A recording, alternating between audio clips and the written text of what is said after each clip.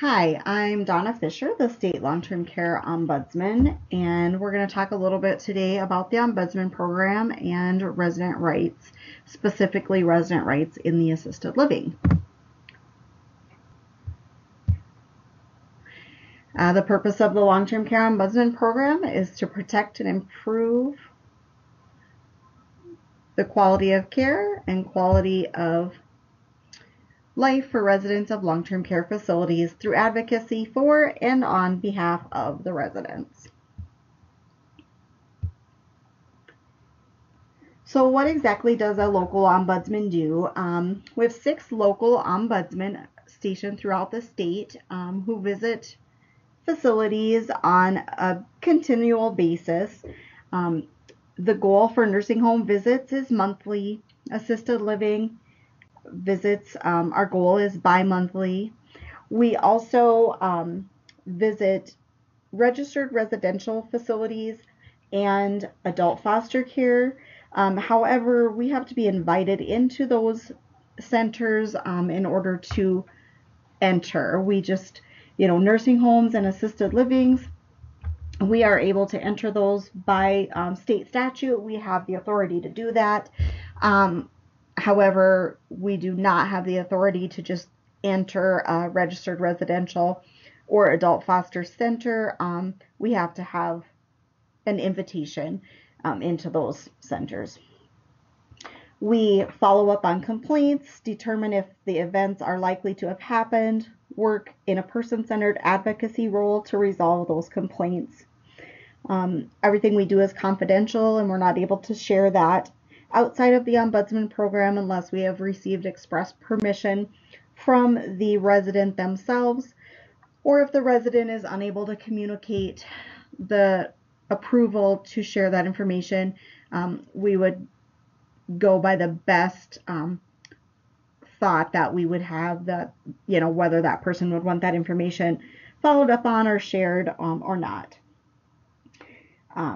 We protect the residents' health, safety, welfare, and rights. We identify gaps in facility, government, or community services, and we work to try and fix those gaps. We do a lot of information and referrals.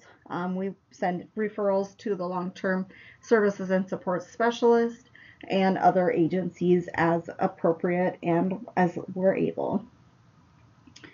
We can provide information about and help finding long-term care.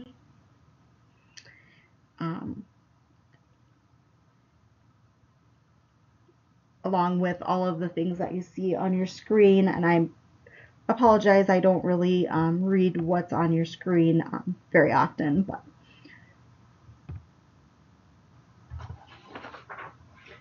okay, so really important is this intake flow chart. The reason that this is pretty important is the Ombudsman program and the Ombudsman representatives are not mandatory reporters. In fact, by federal regulation, we are mandated not to be mandatory reporters. And so if an abuse or neglect report would come into the Ombudsman program, the only way we can share that outside of our program is if we are given express permission by the resident themselves. And so it's really important that we follow the flow chart and LTSS, long-term services and supports, intake, APS, or law enforcement, Department of Health, someone else gets that report of abuse or neglect prior to the Ombudsman program. Because like I said, once the Ombudsman program gets that report, we can only do our internal information seeking and resolution with that. We are not able to share that outside of the Ombudsman program at all. And so that's just really, really important for you to know.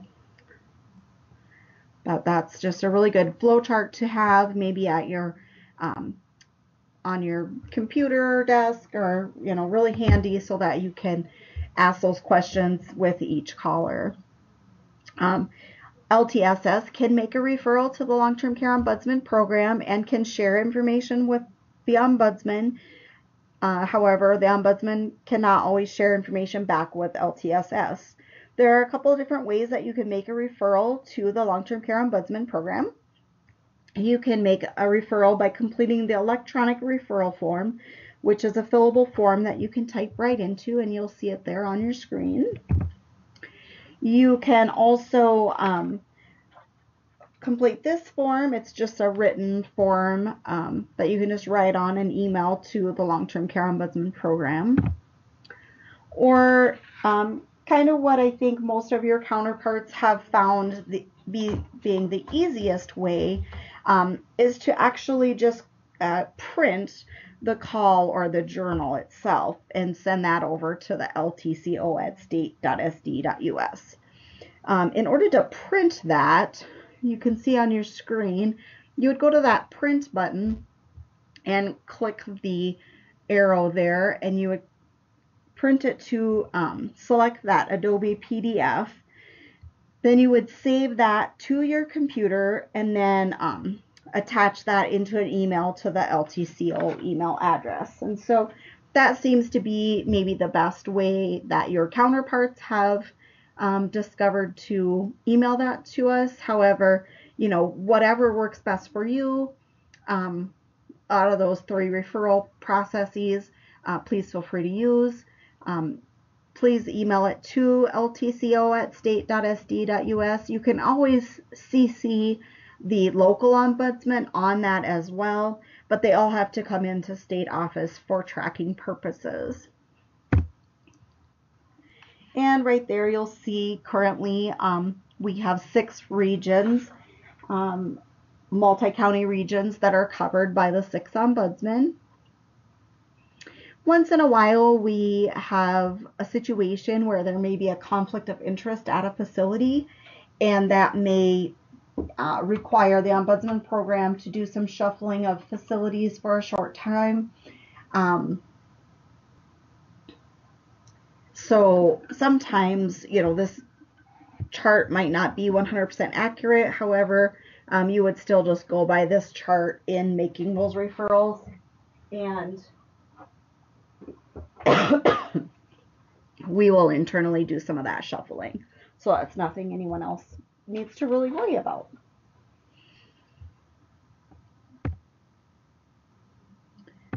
Okay, so we're going to talk a little bit about resident rights, specifically resident rights in the assisted living. Chapter 447009 is the resident rights in assisted living facilities or centers here in South Dakota. There are additional rights afforded to residents in nursing homes, which I will not maybe go into in depth during this presentation. Mostly you will be working with individuals that are in an assisted living center, and therefore these, you know, rights are the ones that you'll maybe need to be most familiar with in your position. There are also some additional rights imposed under the HCBS final rule. I may touch on some of them in this presentation, but encourage you to read the South Dakota Home and Community-Based Services Statewide Transition Plan and Expectation Guide. The state statute just ensures that when you leave your home, you take your rights as a United States citizen with you to your new home.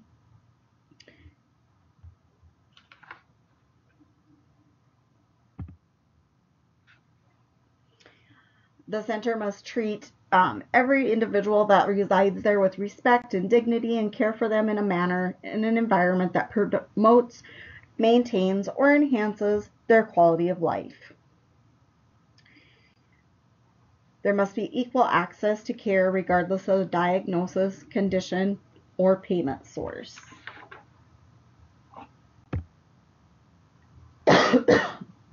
The center must ensure that a resident can exercise his or her rights without fear of retaliation, without coercion, discrimination, or reprisal.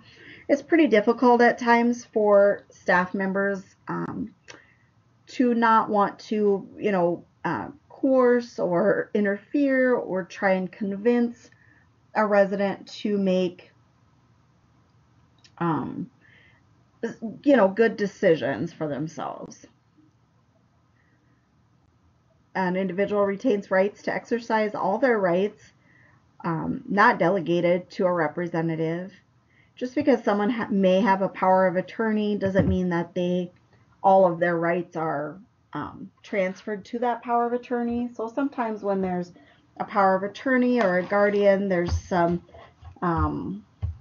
maybe confusion or other expectations that may be there. If you ever have questions about that, please feel free to talk to an ombudsman or myself.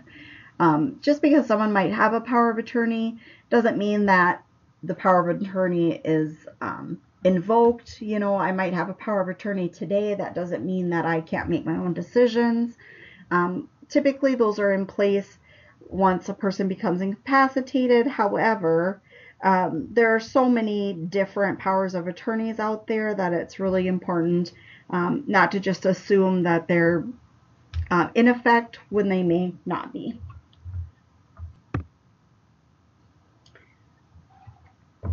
If a resident does have a resident representative or power of attorney, the facility must honor the decisions made by that power of attorney or resident representative or guardian.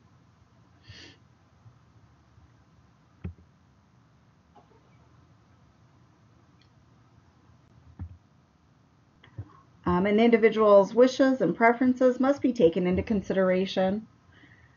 An individual that has appointed a power of attorney, the power of attorney should be acting in accordance with what that individual would want or would have wanted, not within their own, placing their own bias and their own thoughts on the situation. They have the right to be informed of changes in their care plan. They have the right to receive services that are included in their care plan. They have a right to see their care plan. They have the right to participate in their care plan meetings.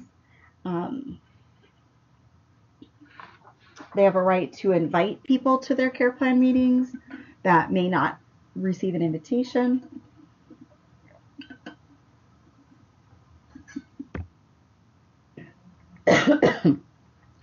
They have the right to be informed in advance of the care that will be furnished. They have the right to be informed of how much the services are going to cost. They have a right to be informed of whether the service will be paid for under Medicaid or if it will be an additional charge. They have the right to know in advance if their physician or anyone else has been contacted.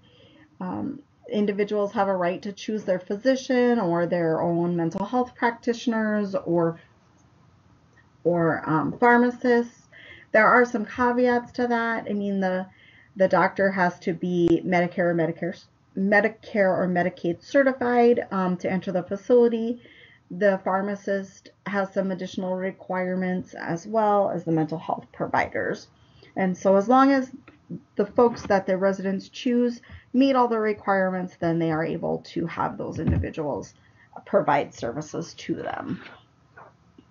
And this next slide kind of talks a little bit about the physician needing to be licensed and etc.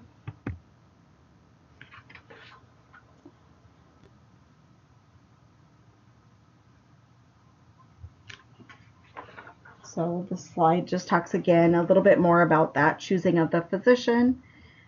So just familiarize yourself with that as well. Every individual deserves to be treated with respect and dignity. You know, sometimes it's pretty difficult when a resident is maybe challenging or having a challenging behavior to have your response be one of dignity, respect, and freedom. But, you know, a facility staff member should always have a response that is in dignity, respect, and freedom to the individual. Cultural, ethnical, and religious differences need to be appreciated and recognized. Always, you know, call the individual by the name that they would prefer. If you're not sure what the individual would like to be called, please, you know, ask them what their preference is on their name so that you're aware and you're respecting their wishes and honoring what they would like to be called.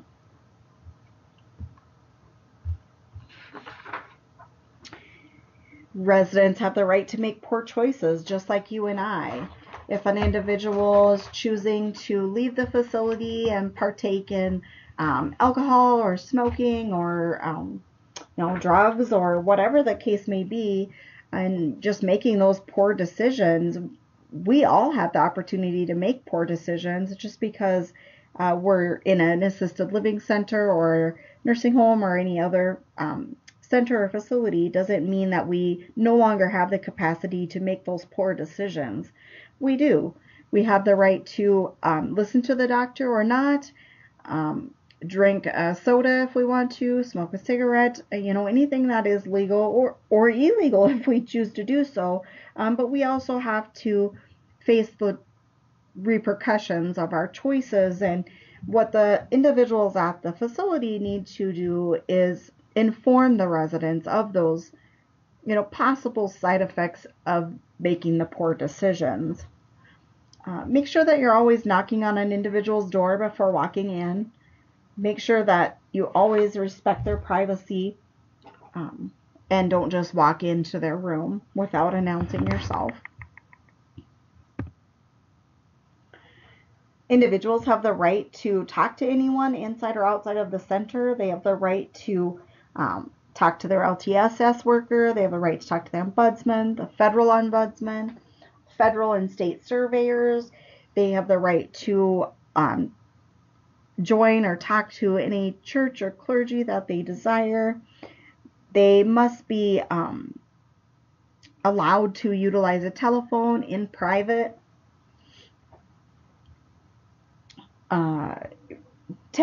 Resist the temptation to make decisions based solely on what you think is best for the individual. Make sure that you're encouraging choice to the individual and really listening to what their wishes are and incorporating that into your work.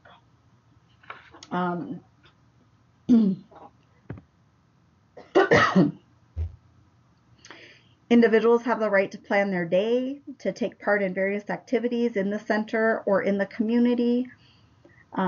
There's a really good video. It's called The Thin Edge of Dignity. It really gives a really good perspective from the residents' viewpoint, and that really is just great. But they do have the right to plan their daily activities, when they want to wake up, when they want to go to bed, when they'd like to eat. This can be challenging for the facilities or the centers, but they really must adhere to and recognize each individual's right to do so. Each assisted living must provide a bed, a bedside stand, and a chair to residents. This is in the Department of Health regulations that those things are supplied. They must keep on hand 2 times the licensed capacity of linens. So if the facility is licensed for 10, they need to keep 20 sets of linens. And so that's just really important information for you to know. The facility or the center must provide linens, equipment, and supplies for personal care and for other ADLs commensurate with the needs of the residents served. So they need to take into consideration each individual that they serve and what their needs are. Each individual resident has the right to medical care and treatment. They have the right to choose their physician. They have the right to be told in a language they understand about what their cares are, what's in their care plan. Again, they have the right to participate in their care plan meetings. They have the right to refuse treatment.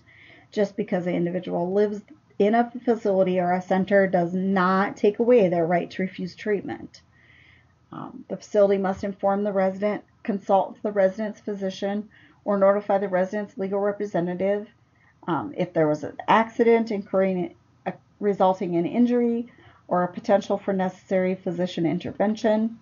If there's a significant change in the resident's physical, mental, or psychosocial status, the need to alter treatment significantly, or a decision to transfer or discharge the resident from the center.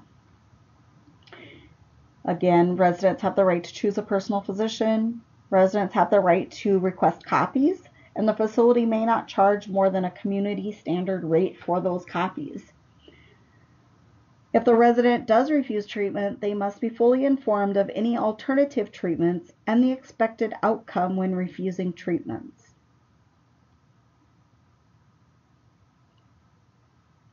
Individuals must be fully informed of their health statuses and be free again from interference, coercion, discrimination, or reprisal.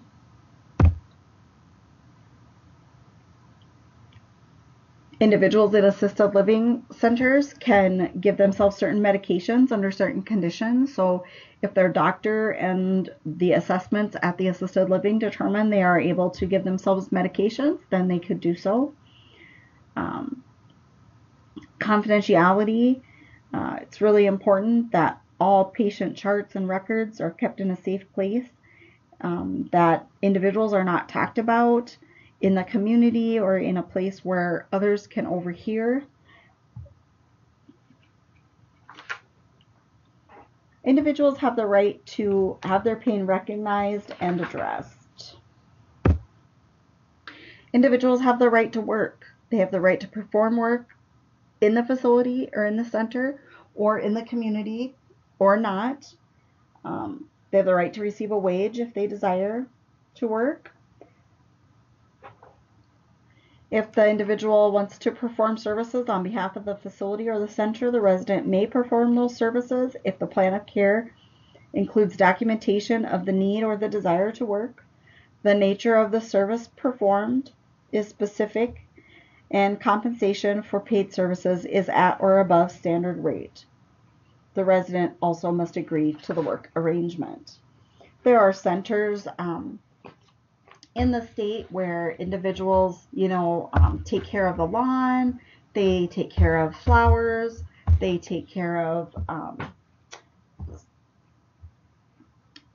facility pets. There's this one center that has like a small farm in the backyard, and one of the residents kind of feeds all the animals, and they clean out the stalls and all of that. And so if there's just some kind of arrangement between the folks at the center and the residents residing there, then everything should be good to go.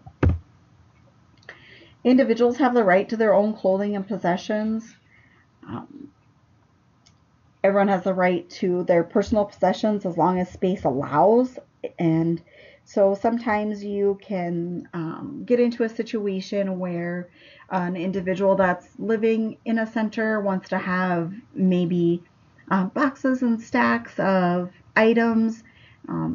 There is fire and health safety codes that the center has to comply with, and so anything that would put that at jeopardy or at risk would be over and above the allowed personal possession requirement.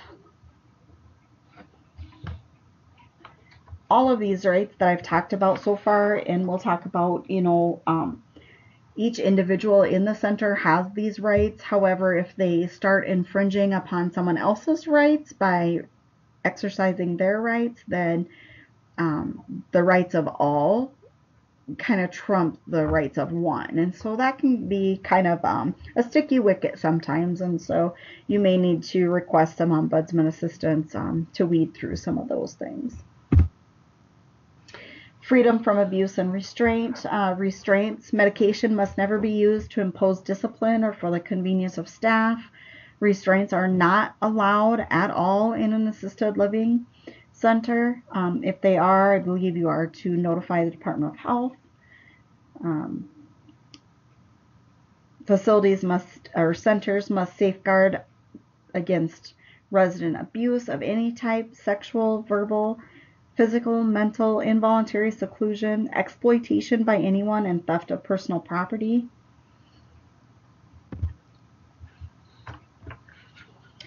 Visiting policies must permit and encourage visits by family and friends.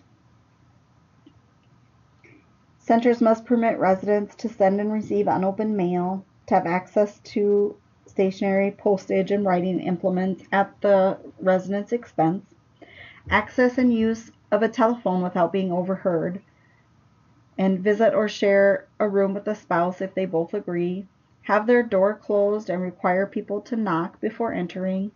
They have the right to have their door locked if they have been deemed safe to have a lock and would like to do so. Talk privately with family and friends and other individuals.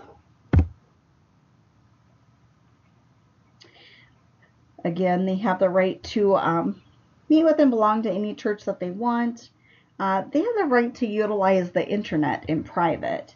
Sometimes we run into situations where individuals are using, a center or facility computer.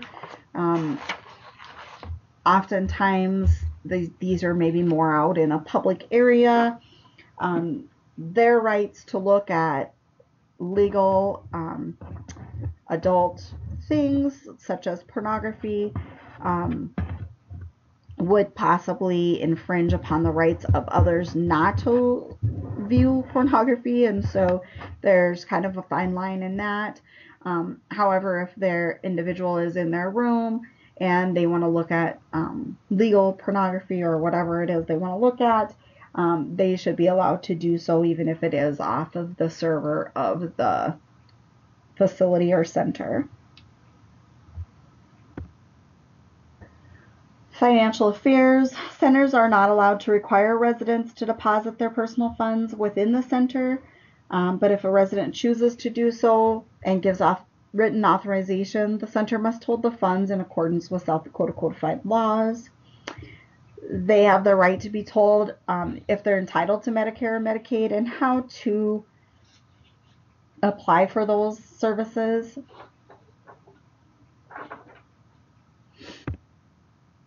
Admission, transfer, and discharge. Individuals must be provided information regarding their options and responsibilities while living at the center. So yes, while we, advocate for resident rights, the resident has to also abide by some of the regulations. No matter where a person lives, there's always rules that you have to go by, whether it be an apartment or a dormitory or a center or a facility. You have certain rules that you have to abide by, and usually in the admissions agreement you're signing that you're going to agree to these rules, and so they need to do so. Information must be presented to the resident before they are admitted, so that's where the admission policy comes in. A description of the policy, which includes the length of time the bed will be held for the resident and any policies regarding the bed hold and readmission rates, should be given to the resident. Signed and dated admissions agreements must be completed upon the resident arriving at the center. The admissions agreement again should state all policies of the center and expectations of the resident, and it should also state what the center will provide. The center must notify the resident and family members or client advocates in writing at least 30 days before the transfer or discharge. The notice must specify specific reasons for discharge, the effective date of the transfer, and the location to which the resident will be transferred or discharged to. Must also include conditions under which the resident may request or refuse transfer within the center, and a description on how to appeal those decisions. Individuals have the right to voice their grievances and complaints and must not be retaliated against if they exercise those rights. The complaint can be anything, really. Anything regarding abuse, neglect, misappropriation of the resident's property, and more. The center must adopt a grievance process and have the process available to the residents. Residents and family and the public have the right to examine the most recent survey results and any plans of corrections that are in effect.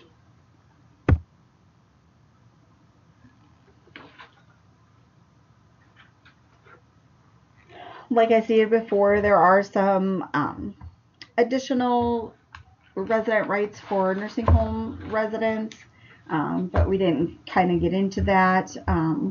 And then there are just a few additional requirements under the HCBS final rule. An individual, must be able to lock their doors. They must have access to the greater community. Some of those kind of things. And I encourage you to take a look at the HCBS Guide to Expectations and Transition Plan. All right. If you have any questions ever about the Ombudsman program or resident rights, feel free to contact myself or one of the local ombudsmen. Thanks and welcome to LTSS.